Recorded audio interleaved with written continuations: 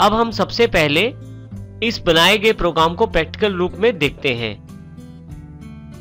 जब भी हम कंपाइलर सॉफ्टवेयर को अपने कंप्यूटर में इंस्टॉल कर लेते हैं तो हमारे पास डेस्कटॉप पे उसका आइकॉन अवेलेबल हो जाता है। देखिए मेरे पास यहाँ C++ का एक शॉर्टकट अवेलेबल हो गया है जिसको मैं डबल क्लिक करके कंपाइलर सॉफ्टवेयर को ओपन कर सकता हूं। इसके लिए मैं इसे डबल क्लिक करता हूं। सबसे पहले जैसे ही आप डबल क्लिक करते हैं आपके पास देखिए कंपाइलर सॉफ्टवेयर अवेलेबल हो गया है जो कि मेरा C++ का कंपाइलर सॉफ्टवेयर है। हमें अपने प्रोग्राम्स को रन करने के लिए इस सॉफ्टवेयर की आवश्यकता है जिससे कि ये कंपाइलर सॉफ्टवेयर हमारे प्रोग्राम्स के एरर भी बताएगा और एरर्स को ठीक करने के पश्चात उनको फाइनल कोड में भी कन्वर्ट करेगा।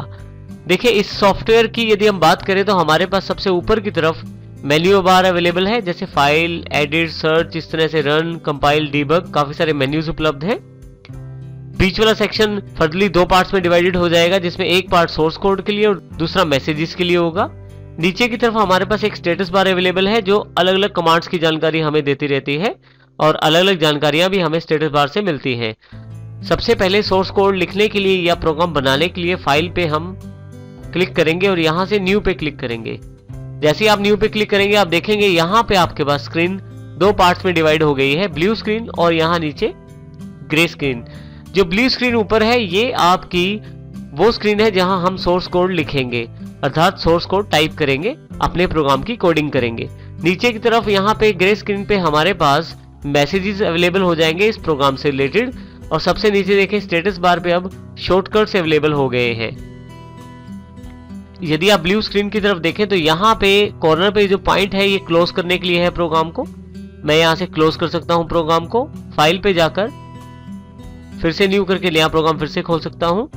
इसी के साथ आप यदि यहाँ देखें तो प्रोग्राम का जो नाम है वो noname01.cpp है, अर्थात C++ का वो प्रोग्राम जिसको हमने सेव नहीं किया है।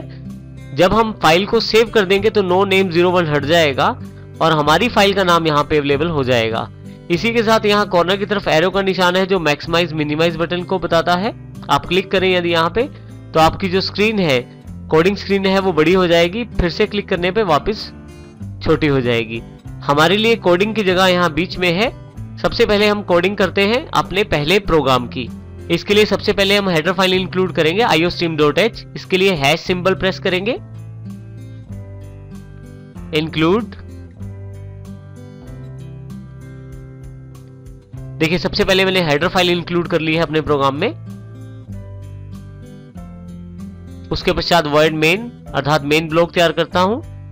ओपन करली ब्रैकेट्स में बता देता हूं कि मेरा फंक्शन यहां से स्टार्ट है और नीचे क्लोज करके ये बता देता हूं कि यहां तक मेरा फंक्शन चलेगा, अर्थात मेन फंक्शन यहां पे क्लोज है।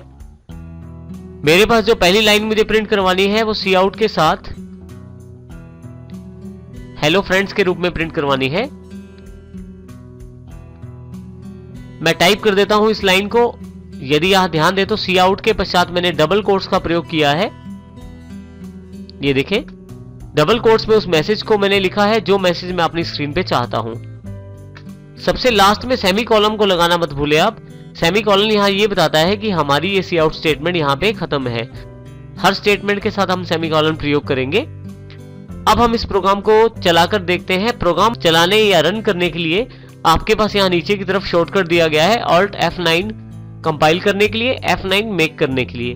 परंतु यहाँ पे ऊपर जो मेन्यू बार्स है यहाँ पे भी आपके पास अवेलेबल है कमांड्स अपने प्रोग्राम को रन करने के लिए। मैं यहाँ से रन का चुनाव करता हूँ और Ctrl+F9 शॉर्टकट है। जैसे ही यहाँ रन पे जाकर मैं रन पे क्लिक करता हूँ तो देखिए मेरे पास प्रोग्राम कंपाइल हो जाता है और रन हो जाता है।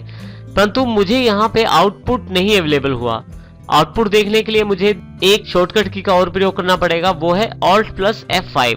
तो कीबोर्ड पे Alt प्रेस करके रखता हूँ, साथ में F5 प्रेस करता हूँ। मेरे पास देखें मैसेज अवेलेबल हो गया है जो सी आउट के द्वारा प्रिंट करवाया गया है, हेलो फ्रेंड्स। फिर से एंटर करके वापस आ जाता हूँ। यदि मैं दोबारा इस प्रोग्राम को रन करूँ Ctrl F9 से तो आप देखेंगे कि दोबारा हमारे पास आउटपुट स्क्रीन तो अवेलेबल नहीं हुई है। Alt 5 से हम स्क्रीन देखते हैं तो देखिए दो बार आउटपुट अवेलेबल हो गई है, एक पहली पुरानी आउटपुट और दूसरी नई आउटपुट।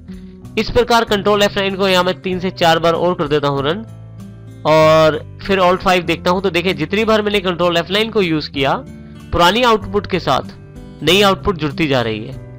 परंतु यदि हम चाहें तो पुरानी आउटपुट साफ कर सकते हैं। इसके लिए हम एक और हेडर फाइल्स का इस्तेमाल करते हैं जो हमारे पास conio.h के रूप में अवेलेबल है, और उसके दो फंक्शंस का प्रयोग करेंगे जो हमारे लिए ये कार्य करेंगे। आप यदि यहां देखें तो conio.h के नाम से हमारे पास एक header file already C++ library में इंक्लूड है, जिसमें दो फंक्शन है clr scr अर्थात क्लियर स्क्रीन और getch अर्थात गेट कैरेक्टर। क्लियर स्क्रीन का मुख्य कार्य रहता है स्क्रीन को साफ करना। आपकी पुरानी आउटपुट को हर बार साफ कर दिया जाता है और केवल आपकी करंट आउटपुट ही आपको दिखाई जाती है। और इसी के साथ getch का वैसे तो मुख्य कार्य कैरेक्टर को प्राप्त करना होता है यूजर से, परंतु यहाँ पे हम स्क्रीन को कुछ देर के लिए रोकने के लिए इसका इस्तेमाल करते हैं। तो जैसे ही आप की प्रेस करते हैं तो getch को कैरेक्टर मिलने के पश्चात आपकी जो स्क्रीन है वापस प्रोग्राम में आ जाती है। अब पहले हम इन दोनों को शामिल करके देखते हैं कि इनका क्या प्रभाव पड़ता है हमारे प्रोग्राम पे। इसको शामिल करने के लिए सबसे पहले हम हेडर फाइल इंक्लूड करते हैं जो कि conio.h है। हमारे पास दो फंक्शन हमें मिले हैं यहां से conio.h से, क्लियर स्क्रीन जिसको सबसे पहली लाइन हम बना देते हैं वर्ड मेन में ताकि हमारी स्क्रीन यहां से सबसे पहले साफ हो, और दूसरा हमारे पास जो फंक्शन है वो है getch गेट कैरेक्टर के रूप में, जिसका प्रयोग हम स्क्रीन को कुछ देर पॉज करने के लिए करेंगे। अब हम इसको रन करते हैं प्रोग्राम को कंट्रोल F9 के शॉर्टकट से। आप यदि यहां देखें तो हेलो फ्रेंड्स ही प्रिंट हुआ है। एंटर करके वापस आ जाता हूं। यहां पे मैं यहां दो चीजें हुई हैं। सबसे पहली, मुझे पुरानी आउटपुट नहीं दिखाई दी, वहां पे केवल करंट आउटपुट ही यहां पे अवेलेबल है। देखें आप, केवल करंट आउटपुट ही अवेलेबल है, पुरानी आउटपुट को साफ कर दिया गया है। दूसरा जो इंपॉर्टेंट पॉइंट यहाँ पे आया है हमारे पास, मुझे Alt+ F5 की जरूरत नहीं है अब, क्योंकि getch की वजह से हमारे पास स्क्रीन पॉज हो जाती है और हम जब तक किसी की को नहीं दबाते तब तक आउटपुट हमारे पास वहां दिखाई देता है। हम फिर से कंट्रोल F9 करते हैं। देखिए फिर से हमारे पास पिछली आउटपुट नहीं है, केवल करंट आउटपुट सिर्फ दिखाई गई है। इस प्रकार हम क्लियर स्क्रीन और getch का प्रयोग करेंगे। ये दोनों फंक्शन conio.h फाइल से रिलेटेड हैं।